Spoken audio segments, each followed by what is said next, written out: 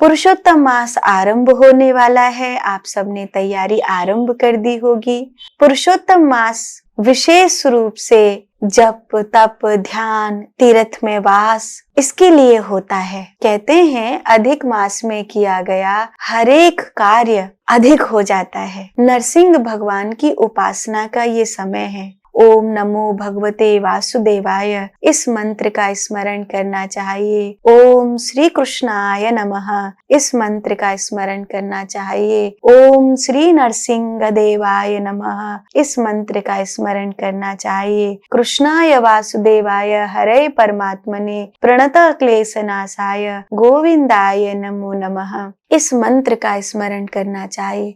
अधिक मास में जितने जितने मंत्रों का स्मरण करेंगे आप, जितने जितने आप भक्ति भाव को धारण करेंगे, तीर्थ में वास करेंगे, अधिक मास आपके लिए और अधिक फल देने वाला होगा। अधिक मास में कुछ चीजें ऐसी हैं जो छोड़ देनी चाहिए और कुछ चीजें ऐसी हैं जिनको अपना लेना चाहिए। अधिक मास में विशेष रूप से कोई शादी ब्याह नहीं करते हैं, कोई गृह प्रवेश नहीं करते हैं, कोई विशेष सांसारिक मांगलिक कार्य होता है वो नहीं करते हैं। अधिक मास में आप कोशिश करिए कि आप मांस, मदिरा और व्यसन वाली जो चीजें हैं उनको ना लें।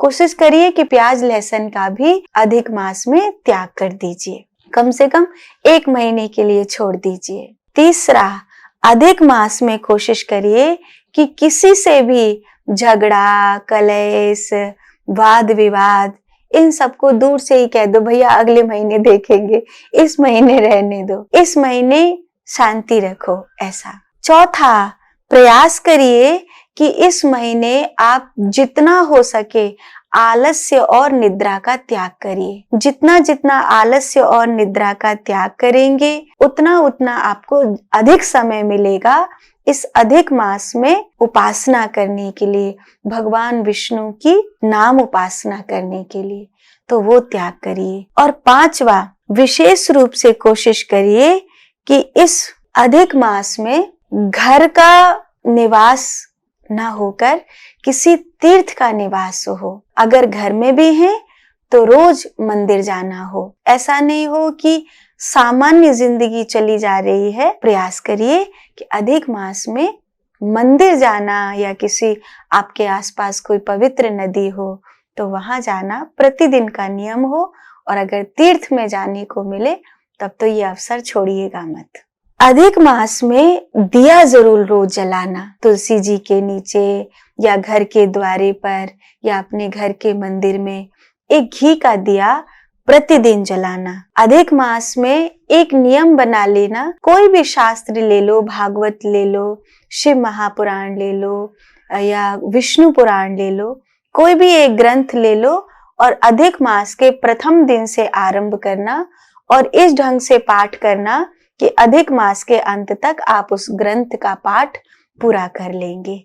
ये करके देखना। और अधिक मास में दान और सेवा का बहुत महत्व होता है। तो अधिक मास में हर रोज आपके हाथों से गौग्रास निकले, हर रोज भोजन की सेवा निकले, हर रोज आपके हाथ से जल की सेवा निकले, इसका ध्यान रखना। अधिक मास में विशेष रूप से किया गया ध्यान, जप, भगवान विष्णु की उपासना ये महत्वपूर्ण है।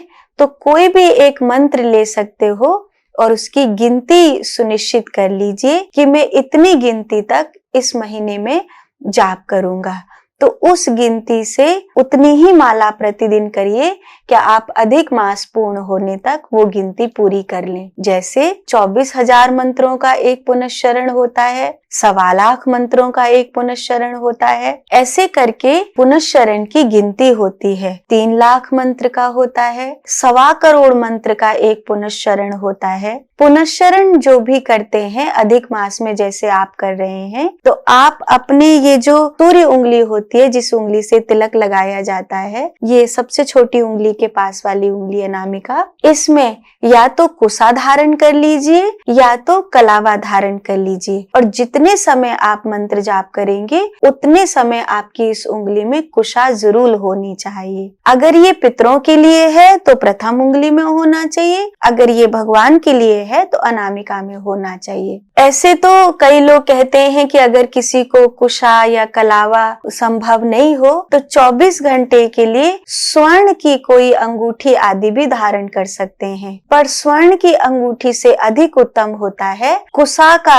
धारण करना। कुशा का धारण करके जब आप पुनश्चरण करते हैं तो वो बहुत महत्वपूर्ण होता है। अगर कुशा कलावा यह सब आपके लिए उपयोग करना गृहस्थ जीवन में संभव ना हो, हम लोग तो कर लेते हैं, पर अगर आप एक गृहस्थी हैं और आप अपने नित्य प्रति के कार्यों को निर्वाह कर रहे हैं और उस बीच में आपको माला झोली लेकर के उतने ही मंत्र जाप भी करने हैं, तो आप ये संभव नहीं हो तब आप कोई स्वर्ण का अंगूठी या छल्ला कोई भी धारण करके अपना पुनश्चरण पूरा कर सकते हैं। अधिक मास में किया गया पुनश्चरण बहुत ही पवित्र और उत्तम माना जाता है। आप अगर पुनश्चरण में किसी भी प्रकार की शंका अनुभव करें और समझ में नहीं आए तो आप प्रश्न लिख करके भेज देना। अभी 3 दिन बाकी हैं, हम आपको जरूर बता देंगे कि पुनश्चरण कैसे किया जाता है, और जो भी आपका प्रश्न या पुनश्चरण में अधिक मास के पुनश्चरण में कठिनाई होगी उसका समाधान हम अवश्य करेंगे।